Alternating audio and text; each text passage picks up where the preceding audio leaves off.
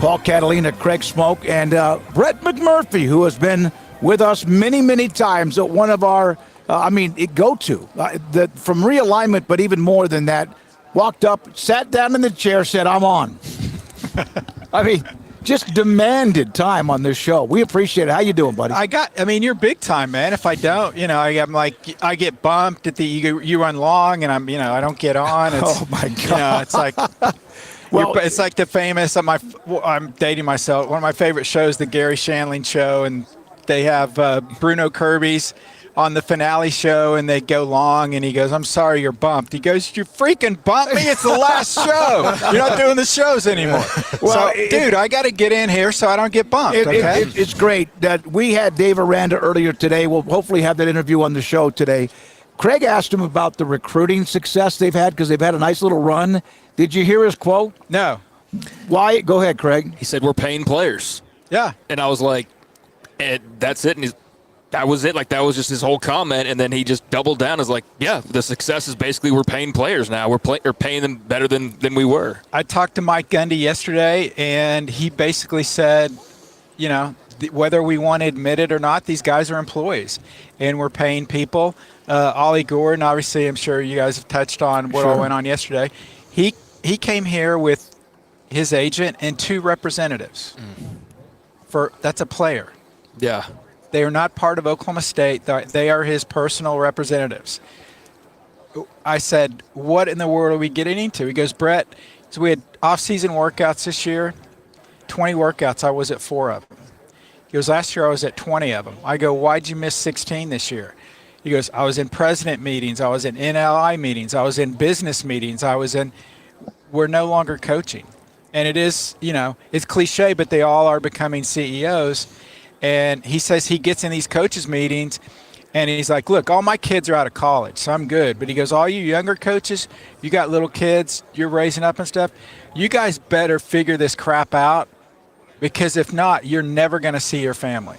And he's right. But the issue is nobody knows the answers or how to do this. But Dave's right. It's simple. You're paying players. And Mike talked about that. And until they decide whether they can, how much they can get paid, if they're not going to get paid, is it revenue sharing, et cetera, everybody's going to keep doing what they're doing until they're told they can't. Brett, when the realignment question pops up this summer, I think there's a lot of people out there who expect something to happen fast. That doesn't appear to be what's going on with FSU and Clemson. And you said previously with us before, the ACC, is plenty happy to get to this when they get to it. Right. They'll, when the judge tells them to show up, they'll show up, but they're not actively working like FSU and Clemson are right now. Is there an even close to reasonable timetable as to when any kind of decision would ever be made with that? I honestly don't know. Like I probably mentioned it before. It's like, they're taking a page from Dean Smith's playbook. They're in the four corners offense. They're going to install, because they know once Florida State gets a resolution with this, whatever it may be, and if that is a way out of the conference, once that happens, they're in danger of becoming the Pac-12 potentially. Look, if Florida State $100 million to get out of the ACC will survive. But if Florida State finds a way to get out that's not as costly, or if somehow a judge rules the grant of rights invalid, and then there's a conga line out the door, then the ACC implodes, and the SEC goes to 20, the Big Ten goes to 20, the Big 12 goes to 20, because then there's no ACC. So, yeah, Paul, to answer your question, the ACC is going to drag this out, and you're like saying the judge orders them to show up on a Thursday. They'll say, well, can we move it to next Thursday? I got to, my dog ate my homework. I've got to postpone it a week. Yeah, there's the four-quarter North Carolina. There you go. And Dean Smith. Yeah, and that's a topic that Brett Yormark's obviously getting peppered with, because it's kind of how, I don't know, he kind of got on the map, was the whole pursuit of the four corners, the way the Big 12 was changing. You look at where the Big 12 was 2 years ago to where we are now, these 4 schools, you got Dion up at the podium, you got Las Vegas, you got all these different things going on. How surprised are you the Big 12 is where it is, and perception as healthy as it is, to the point where it can be more of a predator than certainly the prey that it definitely was just a couple of years ago? Right. Well, it's like, as I've talked to you guys about this before. There was two ways to look at it. You kind of set back and kind of to see what happens with the conferences and how the teams lay out, or you be aggressive and try to do something. Well, Brett Yormark was aggressive, and the Pac-12 sat on their hands, and now there's no Pac-12. And I say this as an Oklahoma State grad. Why is the Big 12 in a power of strength? Because it's the conference of misfit toys. Yeah. Everybody, the SEC got the true value from the league, Oklahoma and Texas. Everybody else, nobody wants. That's why we're all stuck together. It's going to be fascinating with Florida State if they get out, because there's mixed signals on, does the Big Ten want Florida State? Would they take Florida State alone? Would they take them with another partner? Would the SEC take them? If Florida State cannot get into one of the two power leagues, which is their preference, 1,000%, that's their preference, do they look to the Big 12? Financially, if you're Florida State and you can't get into one of the Power 2 leagues, to come to the Big 12, you've got to make substantially more money than you made in the ACC, because you're going to be paying to get out of the ACC. You didn't pay money to get out of the ACC to go to another league that you're only making $5 million more a year. They're looking at the difference between ACC and the Power 2, which is $30 million to $80 million or whatever the numbers are.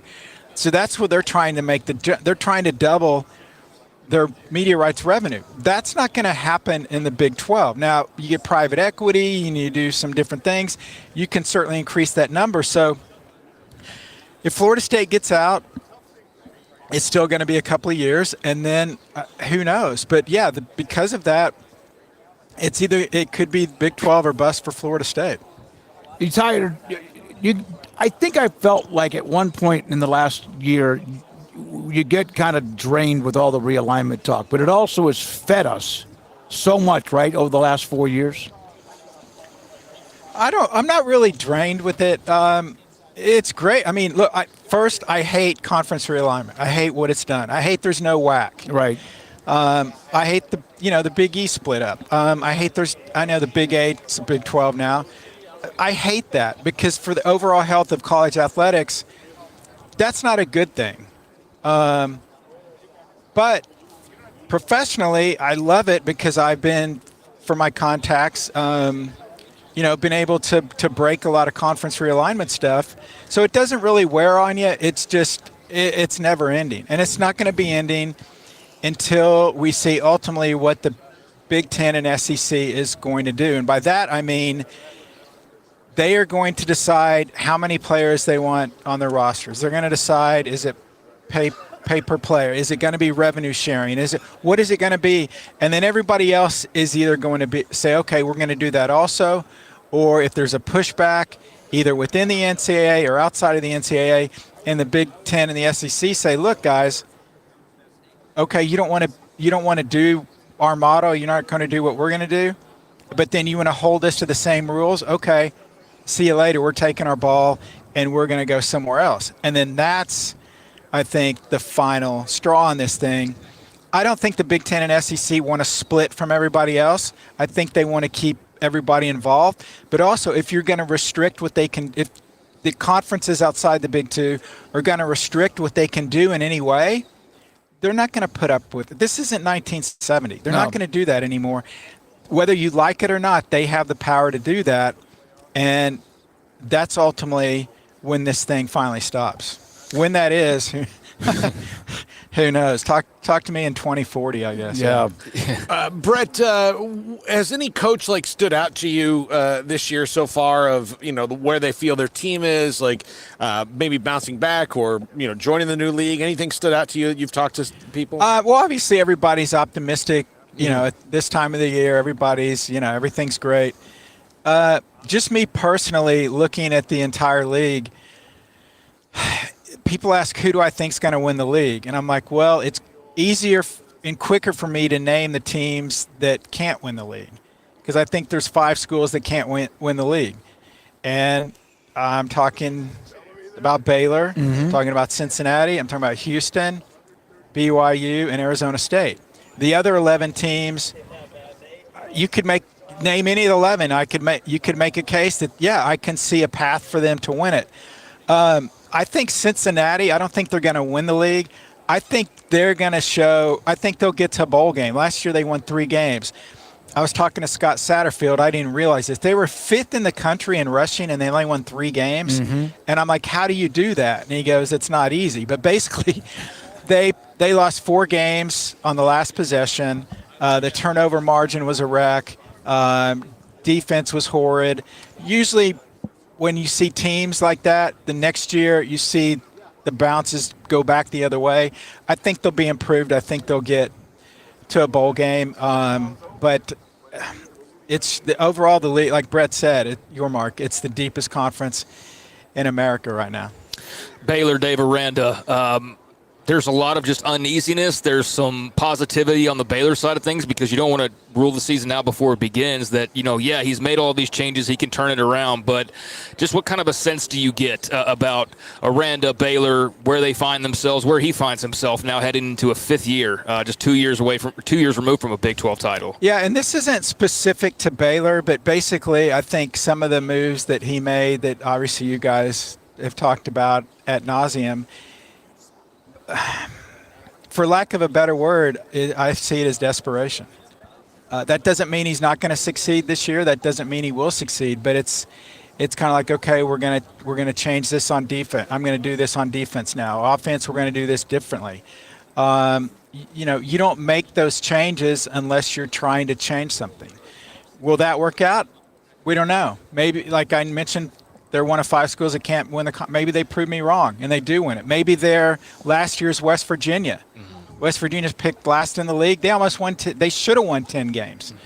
Mm-hmm. So we'll have to see. I hate to do the cliche on the hot seat, but obviously, he's got to have some results there, or, I'm sure Baylor AD Mac Rhodes is going to have a tough decision at the end of the year. Yeah, and just, I mentioned this, even though Mac Brown had great success, near the end of his career, he started firing coordinators, pressure from boosters, donors, etc., and was trying to get one more of those great wins.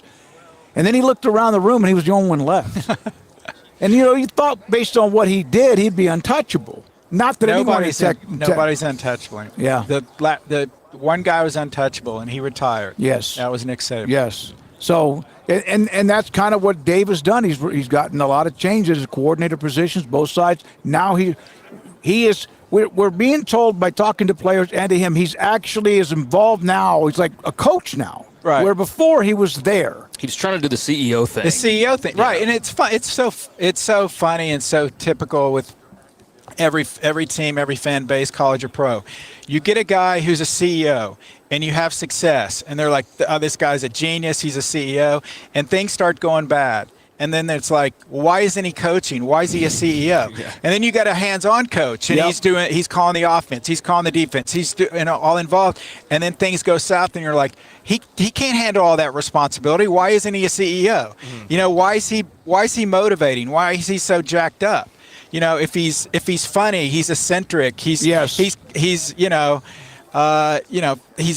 a great guy to be around. And then you start losing, and he's like, he's too loose. He's not disciplined enough. It's like this college football playoff selection committee. They tell you who the teams are, and then they give you the reasons why. Right. Your coach is successful or not, and then you give the reasons why you do or don't like him.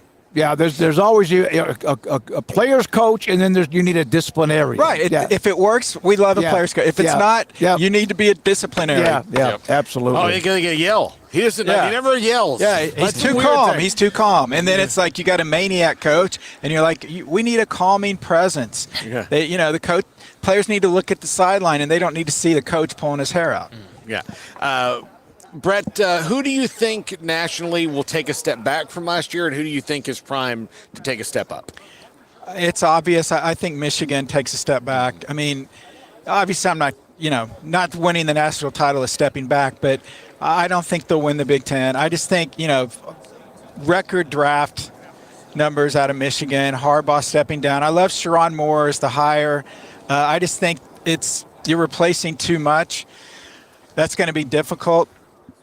I am going to be fascinated to see what happens with Ohio State, because I don't think there's ever been as much pressure on one program than they have this year. You haven't beat Michigan in a number of years. Your arch rival's head coach is gone. You've got the deepest team ever.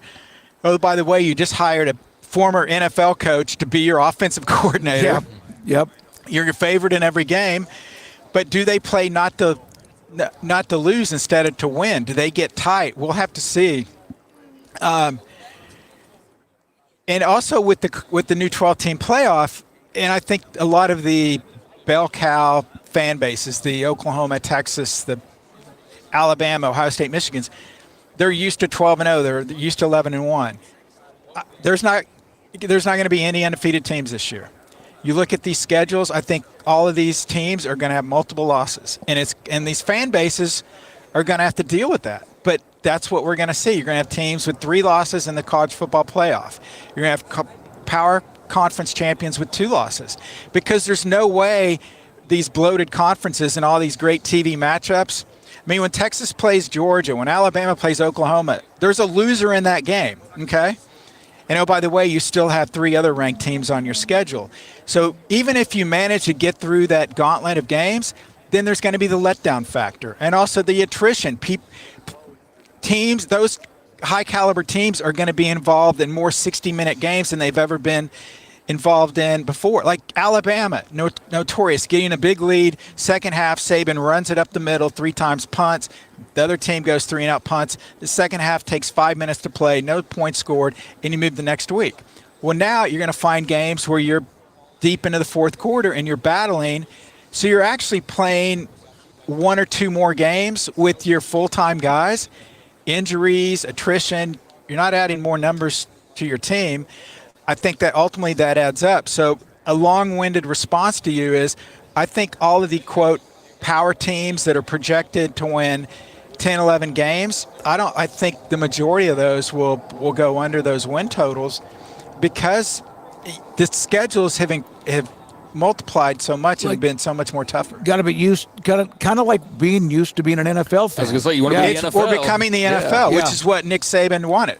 Yeah, there you go. Like 11 or 10-3, as long as you get in the playoffs, and you might end up. Nobody cares if you lose 3 when you win the title, as long as you get there. Yeah. But in the past, you had to go. Saban his big deal was he didn't want to go 11-1 or 10-2, and then a 12-0 Boise State gets in because they didn't play anybody. Yeah. You know Mike Gundy very well. Yesterday was a day when he responded to Ollie Gordon. You spoke with him. And what were your thoughts about how he reacted? And then last night for hours, it was like people with the quotes and stuff from Mike Gundy and the 1,000 times. He's in a really good spot. He's not worried. He doesn't give a blank about anything. What were your thoughts about how he reacted or how his comparison yesterday? So I thought Mike, he says what he means. And before we came on, we basically talked about he's going to tell you what he thinks, and he's not going to sugarcoat it, and he's not going to say a bunch of stuff that's not true. Was he referencing that he's, 100 times has gone, driven drunk? No, he wasn't. He's talking about making mistakes, but again, people are going to take it to make whatever it means. I don't think he was minimizing what happened with Ollie either. It's a serious offense. And what he told me, which kind of we talked about earlier with all the money, he told me, he goes, Brett, when I played at Oklahoma State, I got $20 a week, from the school or part of a scholarship or whatever. And he goes, if somebody got in an issue back then in the late 80s, how are you going to come up with several $1,000s to court cost and all the different fines and stuff you had to deal? That was a real financial burden. And basically all he's saying is now with college athletes, if they have a financial issue, they have the money. They're getting paid by the schools, like Dave said. They're getting paid by the schools, so the financial burden is no longer there. So basically that was part of the reason for bringing Ollie to Big 12 Media Days is kind of some of the only punishment you can have is basically the public embarrassment or having to stand up in front of the media and answer questions about what happened? Why'd you do this? What's it mean? Kind of like that. I know that they talked about not bringing him, but ultimately they felt like it wouldn't be fair to the teammates to have to stand up and answer questions for him. And in a kind of obviously apples to oranges comparison, kind of like DJU at Florida State, their quarterback announced that he would not go to ACC Media Days, not because he didn't want to, but he wanted the players that were on the FSU's ACC championship team last year to go to Media Days so they could be recognized and talk to the media instead of him, since he's come in as a transfer. Okay. It's a never-ending deal, huh? It's fun to college. It gives you lots of content. We could like another hour just with all of it. We could unpack Dion being here and just the Colorado thing. So first conference media day I covered was back in 24 BC. That was before Corso. And it was Caveman State and Mammoth Tech. It was actually my first break in conference realignment. They made the move, bigger footprint, I was told. So I've covered college football media days. They invented fire, and then I covered the first one. First media days I have ever attended in my 2,000-year life that a head coach wore sunglasses. Congrats, really? Coach Prime. Yeah. Who else did it? And his wins are judged differently. His wins are judged differently. Yeah.